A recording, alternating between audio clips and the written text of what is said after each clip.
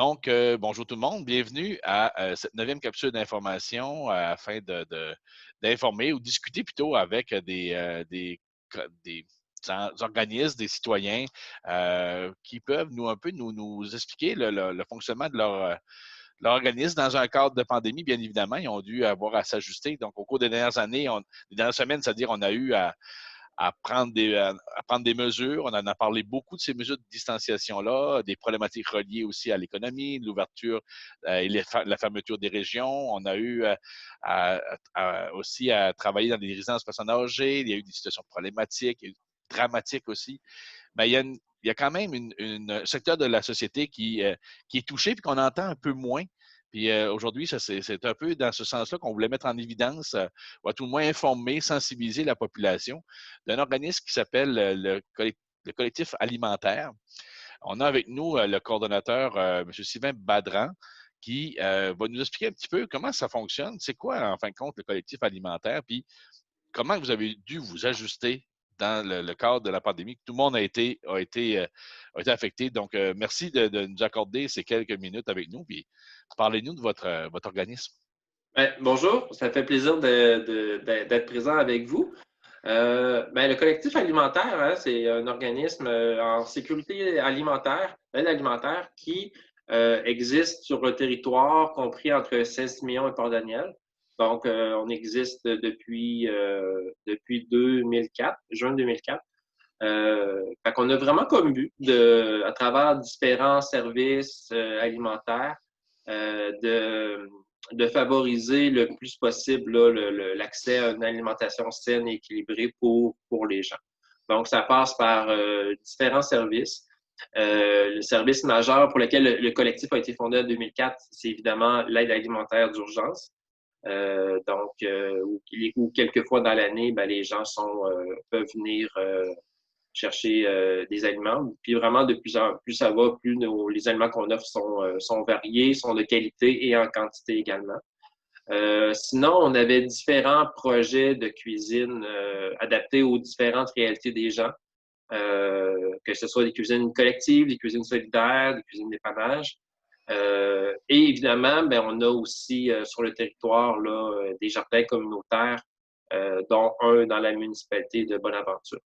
Donc, au fil du temps, on développe nos services, on consolide les activités qu'on fait.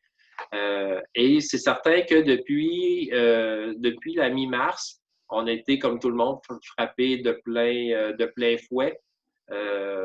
Nous, c'est tout ce qui était service de cuisine collective et des différents services alimentaires où les gens venaient chez nous pour cuisiner et repartaient avec des portions de nourriture.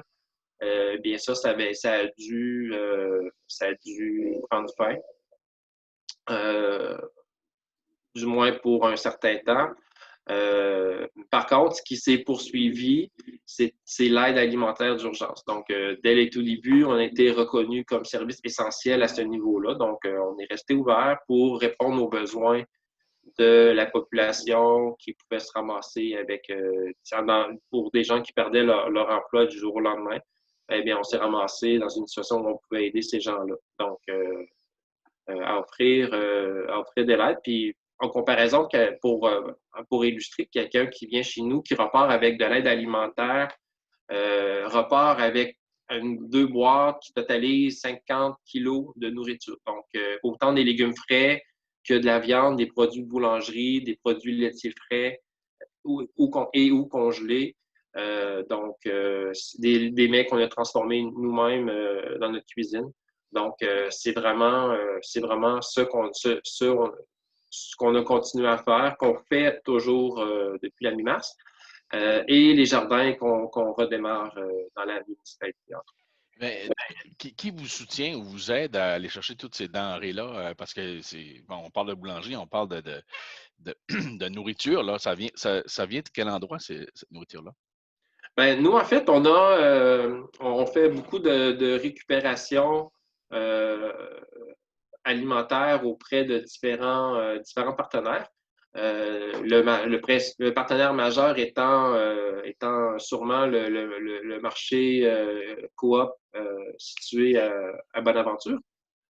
chez qui on va 2 fois par semaine, donc récupérer des viandes, des légumes, pardon, pas des légumes, mais des produits de boulangerie, des produits laitiers également. Donc, il y a un processus vraiment rigoureux, des normes vraiment qu'on doit respecter pour faire cette récupération alimentaire-là.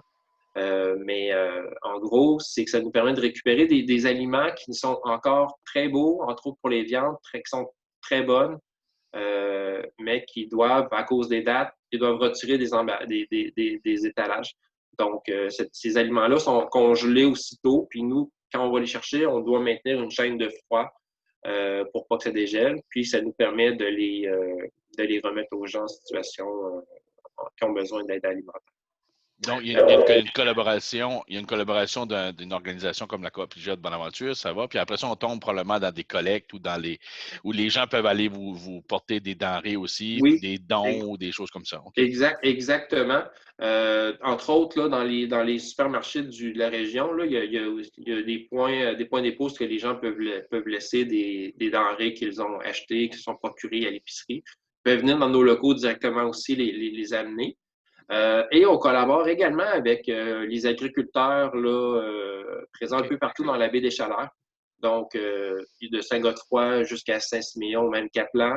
Fait qu'on peut aller récupérer des invendus de ces gens-là. On leur en achète également des légumes.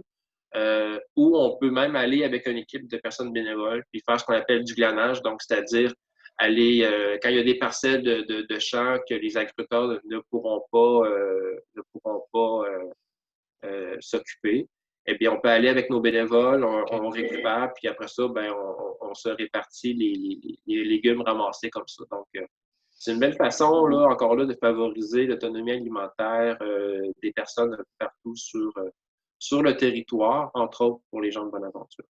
Ah, ben, c'est intéressant. Fait que là, on voit que quand on pose un geste comme personne qui fait un don ou en tout moins on sait avec comme la coopérative, quand il y a un geste qui se fait, ça donne des résultats intéressants. Donc, les gens en profitent réellement. Il y a un besoin sur le territoire.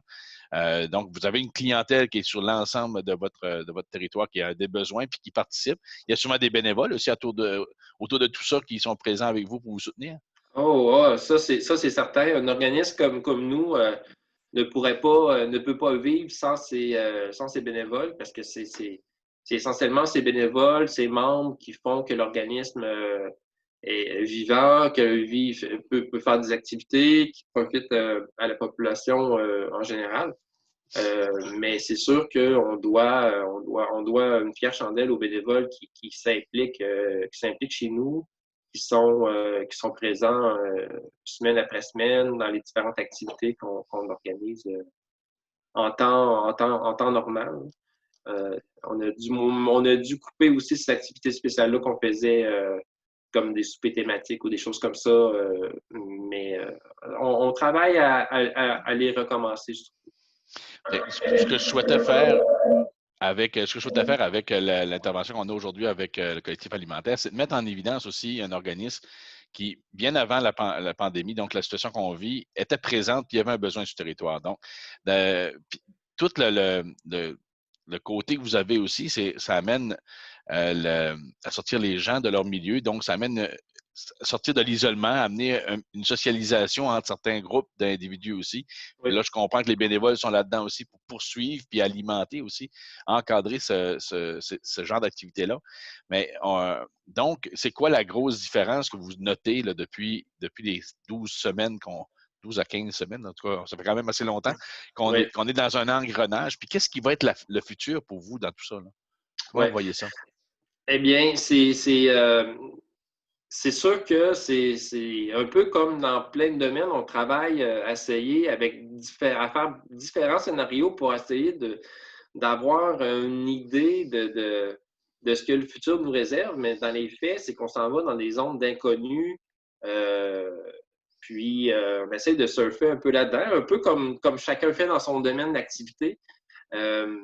C'est certain que pour ce qui est de l'aide alimentaire, même avant le COVID, il y a la situation, il y avait des personnes qui étaient en très grande précarité financière. des personnes qui ont des revenus pas très élevés, que ce soit sur l'aide sociale ou en assurance emploi ou même avec leur prestation de vieillesse. Donc, et qui font face à des revenus qui sont toujours pas nécessairement indexés aux grosses dépenses qu'il peut avoir survenant dans une année, entre autres le panier d'épicerie, qui cette année devrait monter de 4 à 7 donc, ça crée des situations où de plus en plus les gens ont de la difficulté à faire une épicerie. Puis là où c'est possible de couper en premier dans notre budget, c'est souvent l'alimentation, parce que souvent les comptes, le loyer, l'hypothèque, les paiements de taxes, les différents comptes, c'est des dépenses dans lesquelles on ne peut pas couper, tandis qu'on peut faire le choix, entre guillemets, de ne pas faire une épicerie telle semaine. Donc, mais en même temps, c'est comme un non-choix, mais c'est quand même un problème qui se pose pour beaucoup de personnes. Donc, on avait beaucoup cette situation-là en situation pré-COVID. Et là, depuis la mi-mars, beaucoup de programmes ont été mis en place. Donc, qui sont peut-être ce qu'on craint, c'est que ça aura été, en bout de ligne, peut-être un plaster sur une situation pour les gens un plaster sur leur situation en ce sens que ça va avoir permis pendant les 2-3 mois, exemple que la PCU aura existé, d'avoir un 2000 $. Encore là, même, il y a des pièges là-dedans parce que c'est des sous qui sont imposables. Donc, techniquement, les personnes auraient dû mettre 300 $ de côté pour chacun des mois, pour chacun des 2000 $ de PCU qu'ils ont reçus. Donc, ça, c'est ce genre de situation qui va arriver qu'à l'automne, peut-être que quand il va arriver aussi l'échéance de tous les différents reports de paiement que les gens ont eus, ben on craint qu'il y aura à ce moment-là une bulle qui va éclater. Puis notre but, c'est de continuer à être présent sur le territoire à ce moment-là, de répondre aux besoins qui pourront peut-être émerger davantage à ce moment-là. Et comme on dit souvent, on veut éviter que les gens aient à faire le choix entre payer ces comptes-là ou faire l'épicerie. Donc, ce qu'on invite les gens à faire, c'est vraiment, si vous avez cette décision-là doit arriver, bien, contactez-nous. Faites la demande d'un panier d'aide alimentaire. Donc, ça va vous aider. Puis c'est vraiment adapté aux réalités. Donc, que ce soit des personnes seules, c'est une chose. Quand c'est des familles, donc la nourriture est un peu plus abondante dans les paniers. Donc, on essaye vraiment de faire en sorte que les gens n'aient pas à faire ce non-choix-là entre payer les billes, quels qu'ils soient, ou bien aller à l'épicerie ou se procurer de la nourriture. Donc, notre prétention, c'est de pouvoir aider les gens en ce sens-là. Donc, on n'offre pas de solution magique, mais on peut offrir un coup de main dans les médias. Donc, le message qu'on souhaite passer, c'est de s'assurer que les gens connaissent le service qui est présent sur le territoire, sachent aussi que c'est accessible. C'est accessible dans ces situations-là principalement, bien qu'il y en a qui ont des besoins de façon récurrente, on en convient. Mais donc, de ne pas mettre de barrière, de faire face à la situation, puis d'aller consulter les gens de collectifs alimentaires pour leur donner, pour valider les différents services qui sont disponibles. Puis on parlait beaucoup de jardins communautaires tantôt. Il y a des parcelles qui peuvent être octroyées. Il y a des gens qui peuvent. Puis ça fait aussi des moments de socialisation, de ressourcement aussi. Puis de prendre conscience aussi. Je pense qu'on s'en va beaucoup là-dessus. On parle souvent de prise de conscience depuis les débuts de la COVID, mais qu'il y a un essentiel. L'essentiel, c'est vraiment d'avoir une nourriture saine, de se nourrir, d'avoir un travail et de rencontrer des gens. Donc, au-delà de toute la luxure, il y a quand même des éléments qui sont essentiels, qu'on se doit absolument de considérer. Puis on est là pour vous soutenir. Ben exactement, comme vous dites, on a des besoins de base, tout le monde qu'on doit combler. Et dans la limite de nos possibilités, mais notre but, c'est d'aider le plus possible les gens à combler ces besoins-là. Et je vous parlais tout à l'heure qu'on avait des services de cuisine qui repartiront peut-être à l'automne. Mais d'ici là, j'ai 2 collègues qui travaillent en cuisine, qui travaillaient en cuisine dans les cuisines collectives, et ces collègues-là font, c'est qu'ils préparent la nourriture et ils amènent ça aux personnes qui venaient cuisiner chez nous. Donc, et ils profitent de l'occasion pour jaser, toujours maintenant les distances sécuritaires de 2 mètres, évidemment. Donc, on en profite pour faire un brin de jasette avec les personnes, pour voir un peu, prendre le pouls de leur situation, puis voir comment elles vont, comment elles se sentent. Puis, c'est des petites visites clin d'œil qui fait beaucoup plaisir aux gens parce que au-delà des besoins de base, manger, dormir, ces choses-là, il y a également beaucoup de solitude et d'isolement vécu par les gens. Donc, on est encore là, on essaie de répondre à ça dans la limite de ce qu'on peut faire. Mais, ouais. Donc, mais en travaillant tout le monde ensemble, on peut y arriver. Donc, advenant le cas que des gens souhaiteraient vous soutenir bénévolement à peut-être de faire de la cuisine, même, ça pourrait arriver, pour certaines personnes qui ont des besoins d'aide, ils peuvent vous contacter aussi. Donc, ce n'est pas un appel à tous, mais c'est une sensibilisation que le collectif alimentaire, vous êtes sûrement toujours à la recherche de bénévoles pour vous soutenir. Donc, il y a des gens qui sont intéressés peuvent vous contacter. Le mot de la fin, quel conseil qu'on donnerait à la population, aux gens, en lien avec toute la situation qu'on vit, en lien avec votre organisme?